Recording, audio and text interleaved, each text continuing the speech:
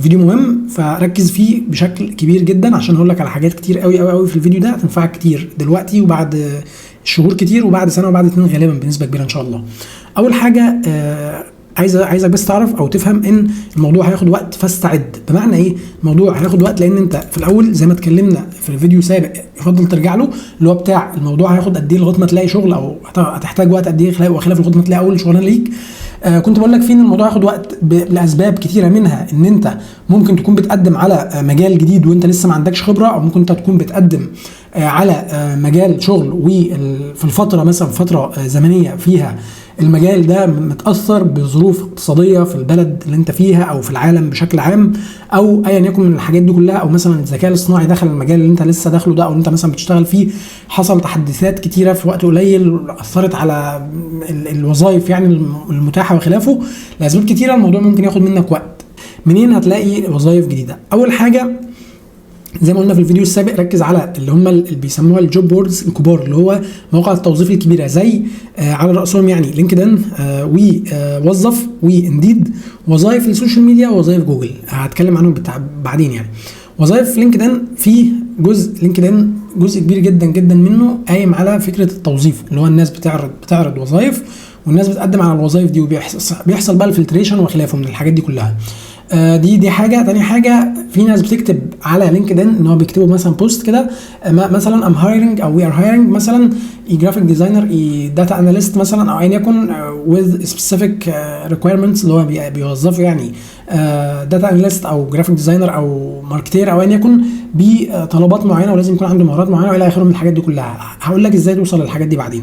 حاجه كمان في بقى طرق تانية بس يعني دول اشهرهم، خلينا نقول حاجه غيرهم، اللي هو الوظائف اللي هي على موقع وظف. زي ما قلت لك يفضل ان انت تعمل اكونت على موقع وظف، تروح على يوتيوب، تدخل على يوتيوب وتكتب عمل انشاء موقع، على انشاء بروفايل او انشاء حساب على موقع وظف، وتطبق. يعني هتلاقي انه موقع وظف ولينكدين الاثنين قريبين من بعض، فلما اللي انا هقول لك عليه دلوقتي هتلاقي ان هو تقدر تطبقه بنسبه كبيره هناك، او ممكن تروح جاي رايح برضو على يوتيوب بعدين اكتب كيفيه التقديم على وظيفه على موقع وظف، شوف فيديو وقدم، هتلاقي الموضوع بسيط جدا. فاعمل بالفيديو، شوف لك فيديو واحد بس ولا حاجه هتلاقي الموضوع بسيط، واعمل بالنصائح اللي هتلاقيها في الفيديو. حاجه كمان وظائف انديد، برضو زي ما قلنا في وظائف على انديد كتيره قوي. بالعكس انديد يعتبر حسب تجربتي انا معاه مركز بشكل كبير جدا على الوظائف، عكس مثلا لينكدين مركز على صناعه المحتوى، ومركز على التشبيك اللي هو يعني عمل كونكشنز، ومركز على الوظائف والتقديم عليها، ومركز على عمل فيديوهات اللي هي داخله في المحتوى وخلافه، ومركز على حاجات كتير جدا. بس انديد مركز كتير قوي على الوظائف وخلاص، زي برضو وظف. فدي حاجه. مصدر كمان الا وهو وظائف السوشيال ميديا. انت لو تفتكر في الاول خالص لما قلت لك ان انت تقفل السوشيال ميديا بتاعتك او تبتعد عنها او ايا يكن، وتعمل سوشيال ميديا جديده وتنضم للجروبات اللي بتتكلم عن المجال بتاعك، وتضيف عندك او تتابع الناس اللي هم بيتكلموا عن المجال او المجالات اللي انت عايز تتعلمها. تمام. الجروبات دي والناس دول هتلاقي بالوقت هتلاقي ان هم في ناس بتكتب بوستات توظيف في الجروبات، فانت الجروبات دي هنا مصدر ليك، مصدر للوظائف.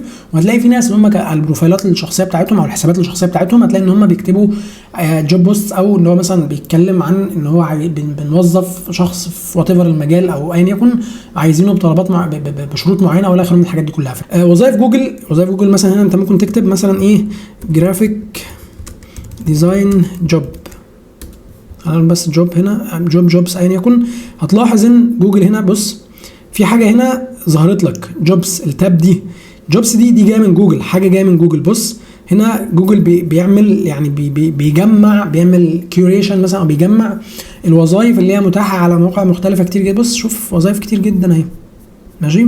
فانت هنا هو مش بيجيبها على موقع على جوجل نفسه، هو بيجيب لك الوظيفه، بيقول لك الوظيفه دي، بيجيب لك الداتا بتاعتها والبيانات بتاعتها، بيقول لك الوظيفه دي اتنشرت امتى، نوع الوظيفه، عايزين مثلا حد فول تايم جرافيك ديزاين في المكان مثلا الشركه او المكان او ايا يكن، واللوكيشن بتاع الوظيفه. وبيقول لك انت لو عايز قدم على وظف، ماشي، اللي هو وظف اهو. خلينا بس نروح سريعا دي، انت ما شفتوش قبل كده في حياتك. على وظف اهو مثلا موقع برضه بتاع توظيف، تلاقي ان هنا وظف ده موقع توظيف، كاتب هنا مثلا عن المكان اللي هو طالب الحاجه دي، نوع الوظيفه، بيقول لك المكان ده مثلا اللي هي جامعه، هنا الجامعه دي ان هي فيريفايد يعني مثلا انها معروفه وبقالها كتير على وظف وخلافه. هنا بيقول لك الجوب ديتيلز، التفاصيل بتاعه الوظيفه، الاكسبيرينس نيدد اللي هي مستوى الخبره المطلوب مثلا من 3 ل 5 سنين. كارير ليفل اللي هو حد مثلا اكسبيرينس عنده خبره بس مش مدير او مش اشتغل في الاداره وخلافه.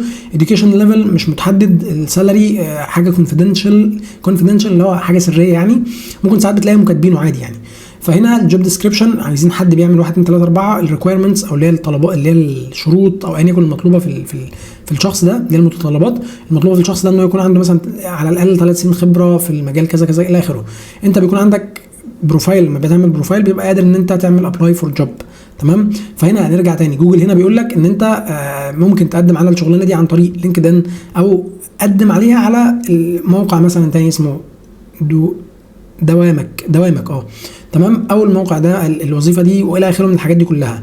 هنا بقى انت في حاجه من في حاجات مهمه جدا، الا وهي ان انت ممكن تكتب هنا تسيرش مثلا بان انت عايز تسيرش بالوظائف في لوكيشن معين، او الوظائف اللي هي مثلا في وقت اتنشرت في وقت معين، في اخر 3 ايام، في اخر اسبوع، في اخر شهر، او الوظائف اللي هي مثلا بالانجليزي او بالعربي او ايا يكن، والوظائف اللي هي مثلا كونتراكت اللي هي مثلا بالكونتراكتور او اللي هو المتعاقد او بعقد يعني، او فول تايم او بارت تايم او الى اخره من الحاجات دي كلها. بتعمل تخصيص للحاجات دي كلها، وممكن تعمل جوب اليرت اللي هو نيو جوب اليرت. لما تعمل تدوس على البتاع ده، جوجل هيحتفظ بالتفضيلات بتاعتك، اللي مثلا عايز شغلانه بنوع معين من الشغل، فول تايم بارت تايم الى اخره، عايزها في اماكن معينه مثلا في مصر، بره مصر، هنا يكون في مدن معينه الى اخره.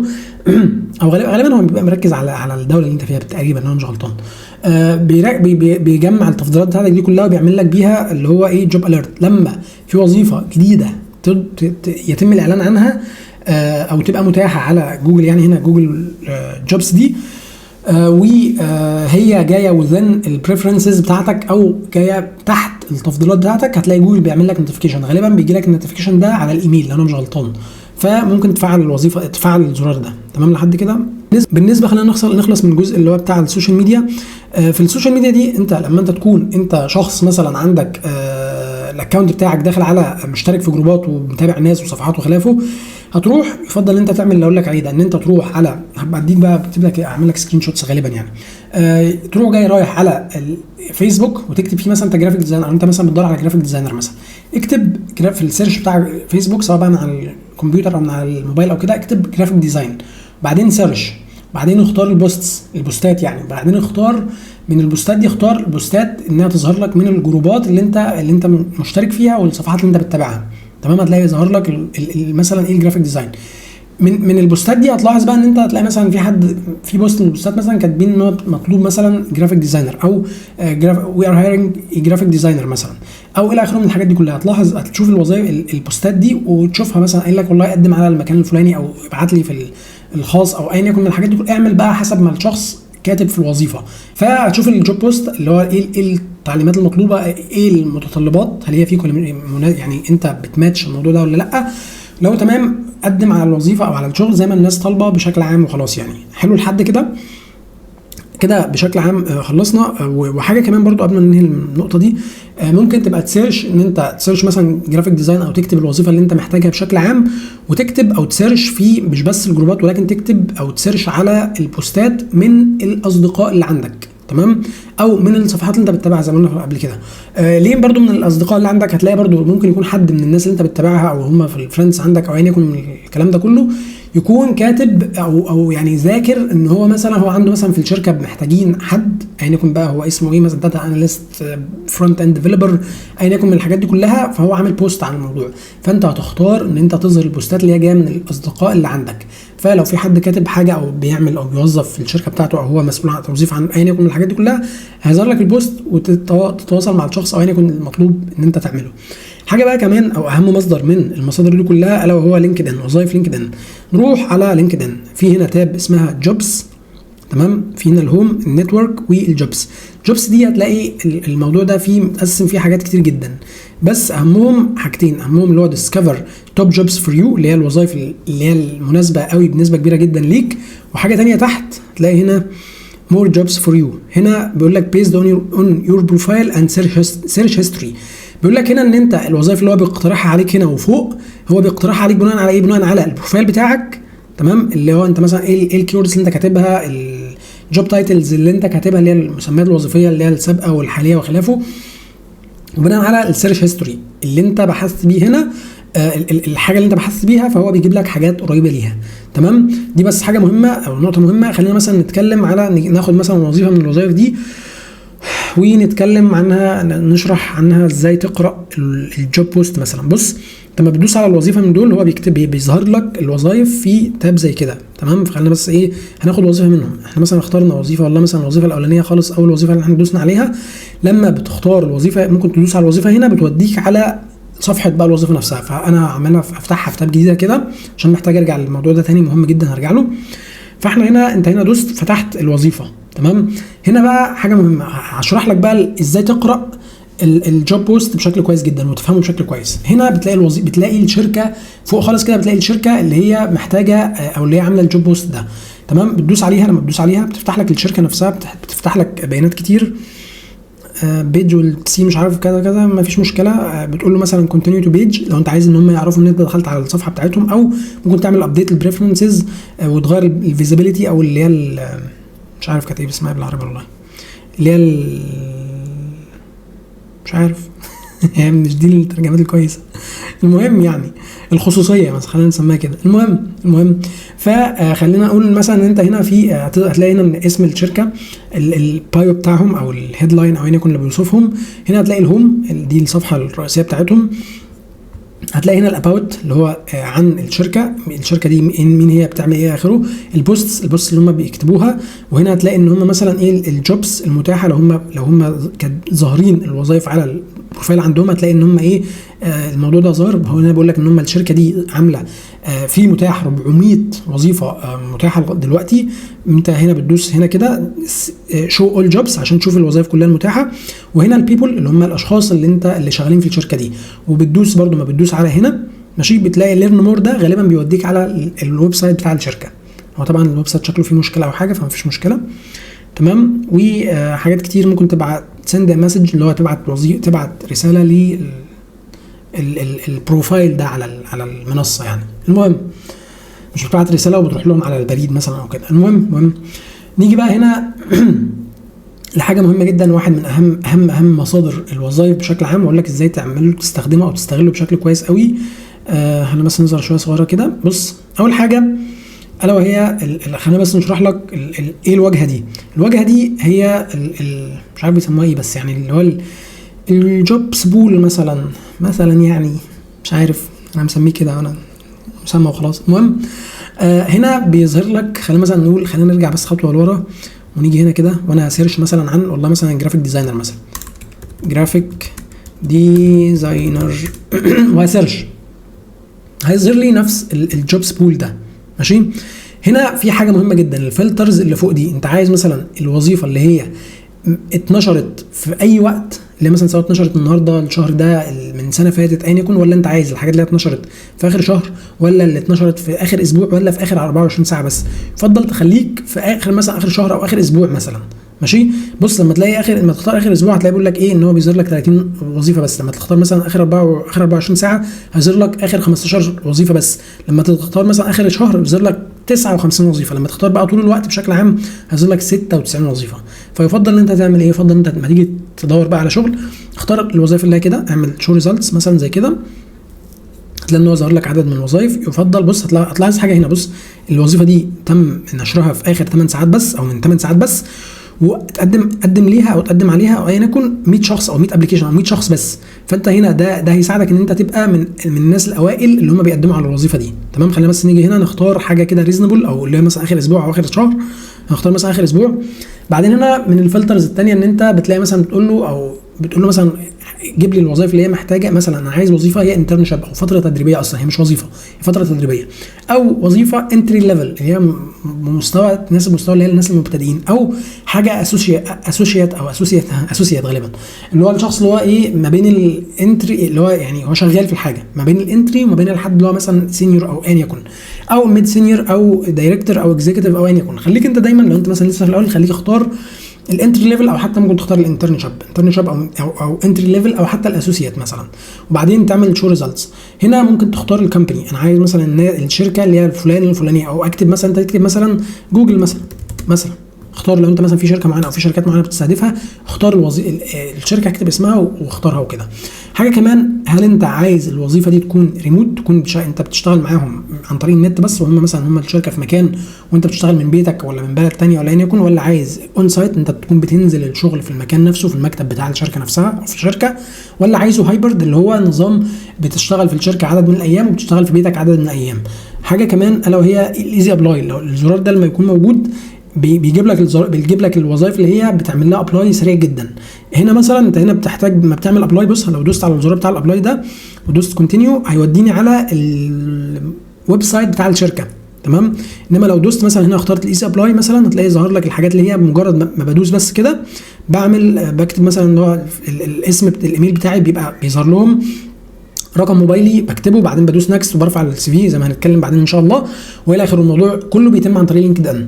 فانت لو انت ضفت، طبعا نعمل ديسكارد، بس يفضل انت ما تختارش ده، يعني ما تبقاش انت بتختار على الايزي ابلاي بس، عادي خد الوظائف اللي هي على لينكد ان واللي هتخرجك بره لينكد ان وكل الحاجات عادي، انت لسه في الاول يعني.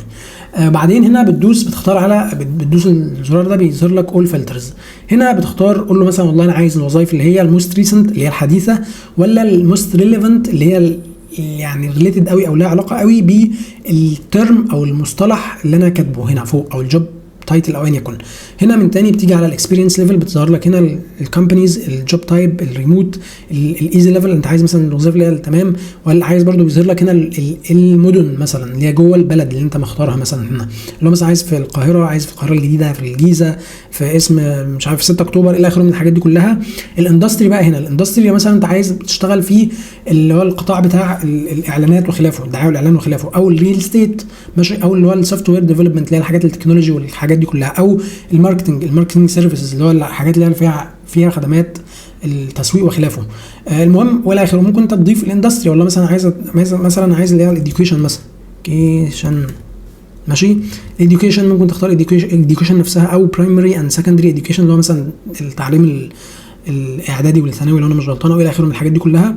بعدين تختار الجوب فانكشن اللي هو انت هتكون بتعمل ايه في الديبارتمنت. لو انا مش غلطان الديبارتمنت عايز مثلا تبقى في الديزاين، ولا تبقى في الارت والكرييتيف، ولا في الانفورميشن تكنولوجي، ولا تختار حتى حاجه ثانيه. التايتل هنا بتختار تقول له مثلا ظهر لي الوظائف اللي هي فيها التايتل اللي هو مثلا جرافيك ديزاينر، او جونيور جرافيك ديزاينر، او براند ديزاينر، او ايا يكن من الحاجات دي كلها بتختارها عادي. وبعدين ممكن هنا تقول له ظهر لي الوظائف اللي هي حديثه جدا، اقل زي ما قلنا احنا كنا اتكلمنا من شويه ان هي الوظيفه اتنشرت من 8 ساعات ففي 100 شخص قدموا عليها، فانت تقول له انا عايز اللي هي الوظائف اللي هي مثلا اقل من 10 ابلكيشنز، او الوظائف اللي هي مثلا الناس اللي بيوظفوا غالبا، يعني الناس اللي بيوظفوا هم في النتورك بتاعتي انا، او فير تشانس مش عارف ايه دي الصراحه، كنت دوس هنا تعرف بس انا مش مهتم اعرف فمش لازم. البينيفيتس هنا بقى بتقول له اختار لي او جيب لي الوظائف اللي هي بتقدم بينيفيتس او امتيازات معينه، زي بتقدم تامين طبي، بتقدم اللي هو الدنتال انشورنس اللي هو الانشورنس اللي هو التامين على الاسنان تقريبا، او التامين اللي هو على الاسنان، البوزيشن بلان اللي هي البنشن بلان اللي هي خطه التقاعد وخلافه، المعاش يعني والتقاعد وخلافه. شوف لما دوسنا على الحاجه دي ظهر لنا بس عدد قليل جدا، يعني انا دوست عليها بالغلط. ريست شو هنجيب بس اول فلترز ونيجي عند البنفيتس ونخلص من النقطه دي. بعدين الكوميتمنتس ولا الالتزامات، بيقول لك ان انت الشركه بتلتزم ان هي بتوفر ليك مثلا كارير جروث اند ليرنينج. ما تختارش الكلام ده، ما تختارش اغلب الحاجات دي، خاصه ان انت في الاول انت لسه على الله حكايتك، ما انت عايز اي حاجه وخلاص، يعني انت بتتشعلق في اي حاجه فرض ربنا حرفيا يعني. المهم فاحنا هنا ذكرنا او اتكلمنا عن الفلترز دي لانها مهمه جدا. هنيجي هنا بقى نتكلم عن حاجه مهمه الا وهو زرار مهم جدا جدا جدا، بص مهم جدا جدا، اسمه سيت اليرت. لما ادوس عليه ماشي هتلاحظ ان هو ظهر لي حاجه هنا تحت، بص بيقول لك ايه يور جوب اليرت واز كرييتد. الزرار برضو اللي تحت هنا الشاشه كبرت، الزرار اللي تحت هنا تروح جاي على مانج اليرتس، او دوس اختار الايه مش عارف اللي هو مانج اليرتس اللي هو اداره تنبيهات الوظائف، يعني اداره التنبيهات الوظيفيه. تمام. هتيجي هنا هتلاقي ان هو غالبا لينكد ان غالبا عمل لك التنبيهين دول غالبا يعني، فانا هشيلهم بس دلوقتي هحذفهم. هروح اعمل هنا ادوس على ديليت جوب اليرت ديليت، واجي هنا مثلا على ده هشرح لك على واحد بس، وانت تطبق نفس الحاجه على ايه على حاجات تانية كتيره. هتيجي هنا تلاحظ ان هو كتب لك الجوب اليرت اللي هو انت كتبت تفضيلات معينه، اخترت شركه معينه، اخترت اكسبيرينس معينه والى اخره من الحاجات دي كلها، ودوست انت زرار هنا. لما انت دوست على الزرار اللي هو بص هو متفعل دلوقتي. هنرجع بس خطوه لورا. ماشي. هتروح جاي عامل على اديت ليه بقى؟ بص ده هنا الفكره من الجوب اليرت ده او التنبيه الوظيفي ده، ان انت لما في وظيفه جديده بتتاح فيها التفضيلات اللي انت مختارها دي، لينكدين بيبعت لك، بيختار ان هو يبعت لك نوتيفيكيشن او تنبيه، بيبعت لك نوتيفيكيشن على الابلكيشن نفسه ويبعت لك على الايميل. بتختار بقى حاجات كتيره هنا، بتختار ان انت مثلا عايز الاليرت فريكونسي اللي هو مده او قد ايه مثلا يبعت لك التنبيهات دي، والله مثلا عايزه ديلي ولا عايزه ويكلي، عايزه كل يوم ولا عايزه بشكل اسبوعي. يفضل انت تخليها كل يوم. هنا بقى النوتيفيكيشن تايب انت عايزه يبعت لك على الايميل، ماشي، الايميل والنوتيفيكيشن عن طريق الابلكيشن اللي هي بتبقى النوتيفيكيشنز اللي هنا برضو اللي هي في الحته دي، بص اللي هي هنا في النوتيفيكيشن بتاعت البلاتفورم نفسها بتاعت الاكونت بتاعك، ماشي. ولا عايزه الايميل بس، ولا عايزه عن طريق النوتيفيكيشن بس اللي هو هنا كده، او عن طريق الموبايل برضو. شخصيا يفضل انت تخليها عن طريق النوتيفيكيشن بس، او لو انت في الاول ممكن تخليها في النوتيفيكيشن اللي هو الايميل والنوتيفيكيشن بس، علشان الايميل عندك ما يبقاش مزعج بالنسبه لك بقى ويعمل لك سبام ومش عارف ايه والكلام من ده كله. ممكن تلغي الايميل بس في الاول، خليها ايميل ونوتيفيكيشن عادي. انت محتاج تلاقي شغل في اسرع وقت او ايا يكن، فمش مشكله يبعت لك على الايميل ويفكرك على في النوتيفيكيشن سنتر اللي هو هنا ده، ويبعت لك على الموبايل وخلافه، تمام. فخليها زي ما انت تحابب، بس انا بس لغايه دلوقتي ايه خليها بس نوتيفيكيشن واعمل سيف عشان ما يجيليش بس يبعت لي ايميلات كتير. هوريك الايميل بيبقى شكله عامل ازاي. بص الايميل بيبقى عامل زي كده: احمد your job alert from motion graphic designer مثلا in Egypt has been created. وبيقول لك يعني ان انت الجوب alert اللي هو التنبيه الوظيفي اللي هو عن موشن جرافيك ديزاين او ديزاينر ان ايجيبت الى اخره يعني اتعمل. ودي نماذج من الوظائف المتاحه، بيجيب لك الوظيفه والشركه. لما بتدوس على الوظيفه بس هنا كده، مجرد ما بتدوس عليها بيوديك على الوظيفه هناك. انا مش هدوس عليها حاجه وخلاص، ومش محتاج يعني. ولو انت في وقت ما يعني بقيت متضايق من كتر الايميلات وخلافه، ممكن تدوس ان سبسكرايب من هنا، او ان سبسكرايب اللي هي تحت هنا، تمام. فنرجع للكلام ده تاني. خلاص خلصنا هنا. هنيجي بقى على خطوه زي مهمه زي التقديم على وظيفه. هنيجي هنا بص اختار الجرافيك ديزاينر دي مثلا، هنزل بس هنا هنتكلم بقى عن، احنا اتكلمنا عن الشركه، اتكلمنا عن اسم المسمى الوظيفي. هنا اللوكيشن بتاع الوظيفه ممكن تلاقي هنا المدينه والبلد، او تلاقي البلد بس، او تلاقي ان هو بيقول لك ريموت او ريموتلي، اللي هو بيقول لك ان انت مثلا ممكن ايجيبت ريموت مثلا، او زي هنا اهي قدامنا اهي. هو الوظيفه هي اي نعم في القاهره في مصر، بس هي ريموت وفول تايم. يعني انت هتشتغل معاهم شغل بشكل دائم، لو مثلا عدد ساعات معينه من اليوم بتاعك، لو مثلا 8 ساعات، عدد مثلا 5 ايام في الاسبوع، طول الوقت يعني، بس بشكل ريموت. مش هتبقى بتروح من المكان يعني، هتبقى بتشتغل معاهم بشكل ريموتلي. هنا الاكسبيرينس ليفل، هم محتاجين مثلا حد قد ايه، مثلا محتاجين حد ميد سينيور مثلا ليفل. هنا بتلاقي مثلا الشركه دي معلومات عن الشركه دي مثلا عدد الموظفين اللي فيها من كذا لكذا، من رقم كذا لكذا. والشركه دي متخصصه في الهيومن ريسورسز سيرفيسز. ده يفسر ليه الوظيفه دي، ليه الشركه دي كانوا عاملين 400 وظيفه يعني. المهم هنا بتشوف لو انت في مثلا هنا بيقول لك ان في 3 اشخاص هم الوميني او الومناي، مش عارف حاجه كده، مش عارف انطقها. بيقول لك ان في 3 اشخاص هم اصدقاء ليك من او خريج الومناي دول اللي هم الاشخاص اللي هم متخرجين من نفس الكليه اللي انت فيها، او درسوا في نفس التخصص او الكليه او اي كليه انت فيها. بيقول لك يعني لو هم يعني ممكن يساعدوك في الوظيفه دي او ايا يكن. هنا بيقول لك السكيلز المطلوبه. هنا بيقول لك مش عارف ايه، ده اعلان سيبك منه. هنا لو انت محتاج تعمل سيف للوظيفه، زي مثلا هنا كده كمثال، انت مثلا شفت وظيفه زي اللي هو الجوب بتاع ده اهو مثلا، ماشي اهو، والله مثلا شفت الوظيفه اللي مثلا زي كده، تمام، عجبتني وكل حاجه، بس انا ما عنديش وقت ان انا اقدم عليها دلوقتي. فهو جاي عامل دايس على الزرار بتاع السيف ده هيخليك تروح هنا كده، لما تفتح الهوم بيج بتاعتك هنا كده تدوس على سيف ايتمز، وتروح جاي على السيفد اللي هي ماي جوبز. السيفد هنا هتلاقيها هنا، وبرده هنا هتلاقي ان بروجريس اللي مثلا الوظائف اللي انت قدمت عليها ومش عارف ايه، والوظائف اللي انت بتقدم عليها، وهنا الوظائف اللي انت قدمت عليها بالفعل، وهنا الوظائف الاركايفد او اللي هي تم ارشفتها يعني، اللي هو خلصت مثلا او انتهت صلاحيتها او انت قدمت وبعتوا لك وخلاص خدت الوظيفه ان شاء الله والى اخره من الحاجات دي كلها. هنا الايزي ابلاي، خلينا بس نتكلم عن كل حاجه وبعدين نرجع للابلاي. هنا هتلاقي الاباوت ذا جوب اللي هو عن وصف عن الوظيفه، بيقول لك ان هم محتاجين مش عارف جرافيك ديزاين كذا كذا كذا الى اخره من الحاجات دي كلها. ممكن تاخد الكلام ده تعمله ترانسليت لو انت مش فاهمه يعني. هنا بيقول لك الدي تو دي دوتيز او اللي هي المهام الوظيفيه اليوميه بتاعتك، بيقول لك والله محتاجين ان انت تعمل كذا كذا، محتاجين تعمل كذا كذا، محتاجين تعمل الى اخره. هنا الريكويرمنتس اللي هي المتطلبات بتاعتهم والشروط وخلافه. هنا الاديوكيشن والاكسبيرينس، هنا بيقول لك مثلا محتاجين حد خريج مش عارف كذا كذا، عنده بورتفوليو بيوضح الخبره السابقه او الحاجات اللي هو عملها كجرافيك ديزاينر، وعلى الاقل من 3 ل3 سنين خبره في المجال ايا يكن ايه المجال. وهنا بيقول لك برضو الزرار يعني بقترح عليك اللي هو عايز لو عايز تعمل اليرت او تنبيه عن لو ظهرت وظائف جديده زي كده ان انت يجي لك تنبيه بيها.